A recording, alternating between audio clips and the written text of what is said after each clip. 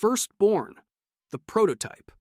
If you're a firstborn, you probably learned a dangerous rule before you even started school. Love feels conditional on performance. You're the person who double-checks everything, hates asking for help, and rewrites a text 3 times just in case.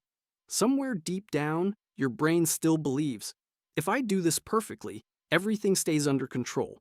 That didn't come from nowhere. For most of human history, the firstborn wasn't just a kid. They were the first assistant parent, the oldest available pair of hands when adults were busy surviving. Responsibility arrived early, long before the brain was ready for it, and modern research still shows the mark of that role. A massive Norwegian study found firstborns score about 3 IQ points higher on average than younger siblings, largely because they get more one-on-one attention early on. More talking, more explaining, more endless why questions. Then a sibling arrives, and the firstborn becomes the teacher. Psychologists call this the tutor effect. Explaining things forces your brain to organize them. Fuzzy knowledge becomes structured knowledge because a 4-year-old just asked, "Why is the sky blue?" And apparently you now work in customer support for the universe. That may help explain why firstborns show up disproportionately among leaders. But the shadow starts early too. When a sibling arrives, psychologists call it dethronement. The center of attention moves, and the firstborn brain quietly concludes, I have to stay impressive to keep my place. That pressure builds achievers. It also builds perfectionists. If this is you, try the 70% rule. If it's 70% perfect, it's done. But the moment the second child arrives, the strategy flips, because they're born into a world where someone else already owns the crown. They don't learn to lead through responsibility. They learn to lead through leverage. Secondborn? The adapter. If you're secondborn, you learned something early. Being good doesn't get you attention. The firstborn already took that job, so you became the one who noticed the rules, and then quietly figured out how to bend them. You're the person who acts differently with parents, friends, and coworkers, and somehow all of those versions still feel real. That's not fake. That's adaptation. Secondborns enter a family where the experiment has already been run. The parents are a little less anxious. The structure already exists. And most importantly, there's already a competitor in the system. So the secondborn brain solves a different problem. How do I stand out in a world where someone got there first? By reading the room. Secondborns often become behavioral strategists. They learn which parent says yes, which sibling is easiest to persuade, and which rules are actually negotiable. Psychologists would call that social calibration. Normal people call it being suspiciously good at getting your way. Research backs this up. A 2017 study linked secondborn boys with higher rates of both rule-breaking and innovation. That sounds contradictory until you realize those traits come from the same source. Secondborns are more willing to test the system. The firstborn maintains structure. The secondborn challenges it.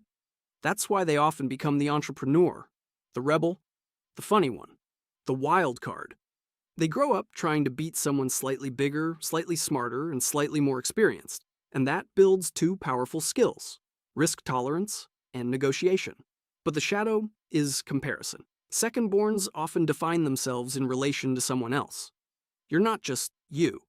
You're the creative one, the athletic one, the rebellious one. Psychologists call that identity diffusion, when your role keeps shifting depending on who you're standing next to. The upside, when systems change, secondborns don't panic. They pivot. And if there's one birth position that turns social adaptation into a full-time survival skill, it's the child born right in the middle of everything. And it is completely different than the secondborn. Middle child, the diplomat. If you're a middle child, you probably learned a very specific superpower early.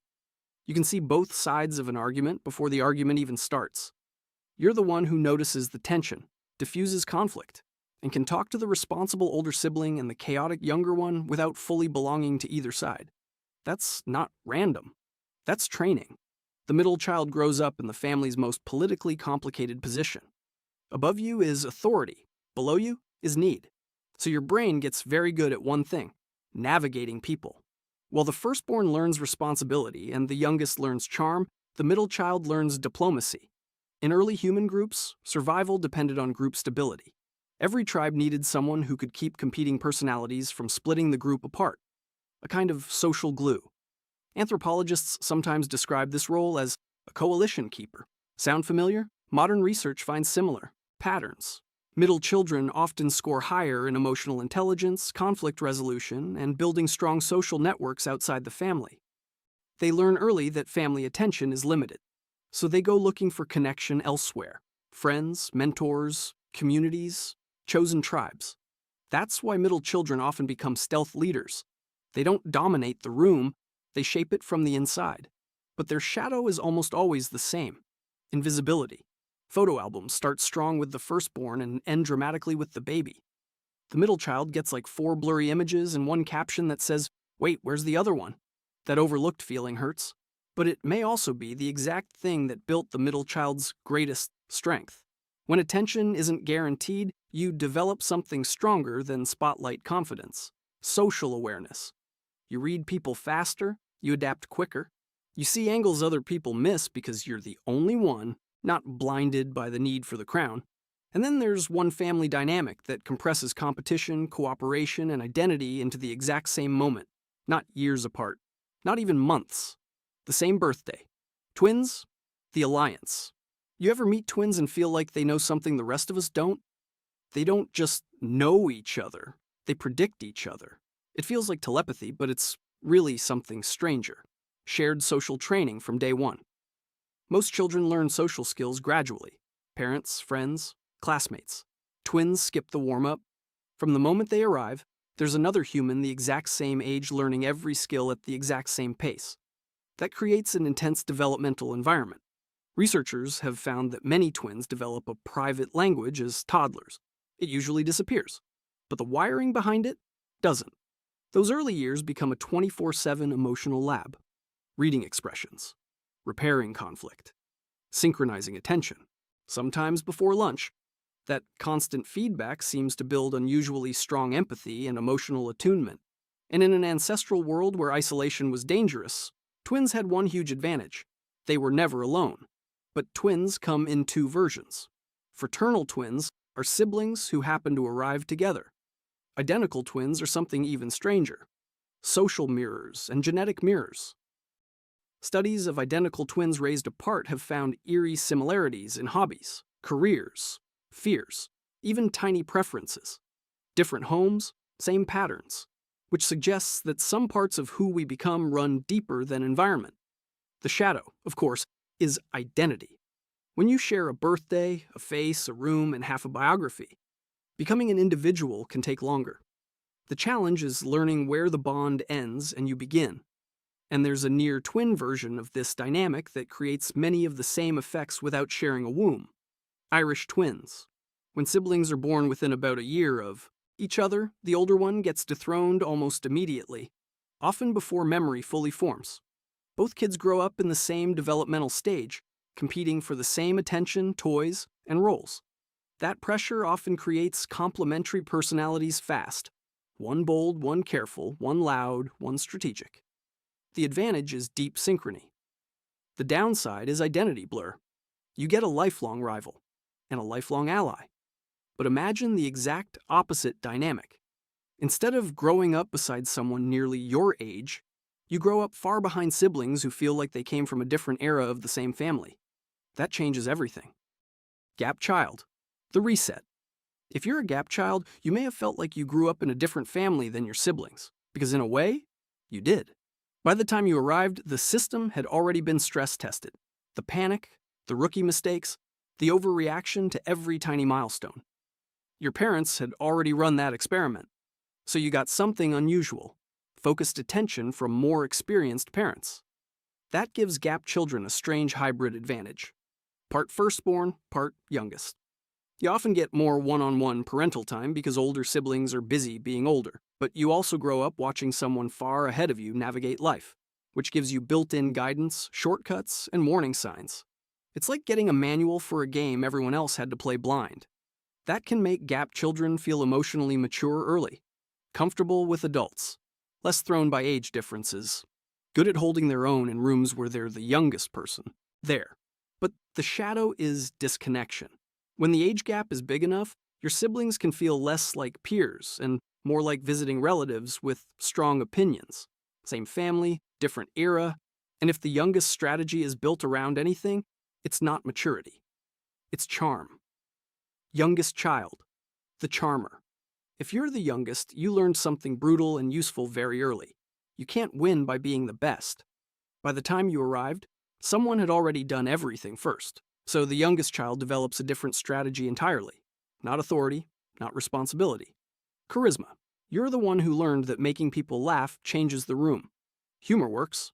Charm works. Being entertaining works. Because when everyone around you is older, bigger, and more experienced, direct competition is a terrible business model. So youngest children often become masters of social influence. They persuade instead of command. They attract attention instead of demanding it. Research often finds higher openness, sociability, humor, and a stronger pull toward creative or unconventional careers. And there's a reason youngest children often take more risks. By the time they arrive, parents are usually less anxious. The rules loosen, the panic fades, the youngest gets more room to experiment, and they also get the benefit of watching older siblings make mistakes first. That can make them the family's innovation department, the one willing to ask, what if we tried it differently? But the shadow is structure. When the family system is used to helping you, discipline can develop later. Responsibility may feel optional. Being taken seriously can take longer than it should. But once youngest children combine charm with follow-through, they become powerful in a way older siblings often underestimate. You don't control the room. You change how it feels, which brings us to the one position that skips sibling rivalry altogether. No competition, no alliances, no rehearsal for family politics. Just one child receiving the full beam of the spotlight. Only child, the sovereign. If you're an only child, you grew up inside something rare in human history. Undivided attention. You're the person who got comfortable talking to adults early, using grown-up language, listening to adult conversations. Sometimes feeling weirdly at ease with older people and weirdly unimpressed by your peers. That environment shapes development in powerful ways. When there are no siblings competing for attention, every family resource gets concentrated. Time, expectations, knowledge, anxiety, hope. All of it lands on one person. That's why only children often develop strong verbal skills and perform as well as, or better than, firstborns academically. They spend more time around adult language, adult reasoning, and adult expectations. But the biggest underrated advantage is probably this: solitude. Most people learn to tolerate being alone. Only children often learn to use it. They build inner worlds. They get comfortable thinking for long, stretches without constant interruption. That's a real advantage in a world that rewards deep focus, but keeps trying to murder it with notifications. The stereotype, of course, is spoiled, selfish, bad at sharing. Research has never been especially kind to that stereotype. Most only children do just fine socially. The real pattern is usually more interesting. Drive. When all parental hopes are focused on one kid, the result is often competence, mixed with pressure. The inner voice becomes, you are the entire investment. And then there's one final kind of child that doesn't fit birth order neatly at all. Because sometimes a child doesn't just arrive into a family. They arrive after loss. Rainbow baby, the miracle. If you're a rainbow baby, you entered a family that already knew something about grief. Before you arrived, there was a pregnancy that ended in loss. A child imagined, but never brought home. And then later, after all of that fear and heartbreak, you appeared. That changes the emotional ecosystem of a family. Parents welcoming a rainbow baby are not the same people they were before. They've already lived through uncertainty at its worst. So the love they bring is often more intentional, more present, and more watchful. Researchers sometimes describe this through the lens of post-traumatic growth. The idea that surviving something painful can deepen appreciation, emotional awareness, and connection. Children raised in that environment may grow up with strong emotional attunement. They absorb the household's sensitivity to joy and fragility at the same time. But the shadow is overprotection. Parents who have experienced loss may become hypervigilant, and sometimes the child can feel a quiet pressure they never asked for, as if their existence is somehow tied to healing a wound that came before them. That's why every rainbow baby story is different. Some grow up fully aware of the loss, others learn later, but many grow up inside a family where love became deeper, softer, and more deliberate because of what their parents survived. And that's really the bigger point of all of this. Your birth order didn't just shape your personality, it trained your default strategy for dealing with the world. Firstborns manage, secondborns adapt, middle children negotiate, twins bond, gap children reset, youngest children charm, only children concentrate. Rainbow babies absorb both grief and gratitude. And once you can see the strategy, you can do something powerful. Keep the part that helped you survive. Outgrow the part that no longer helps you live. Which birth order role felt scary accurate? Drop it in the comments. Let's see which one takes over. And watch the next video on screen.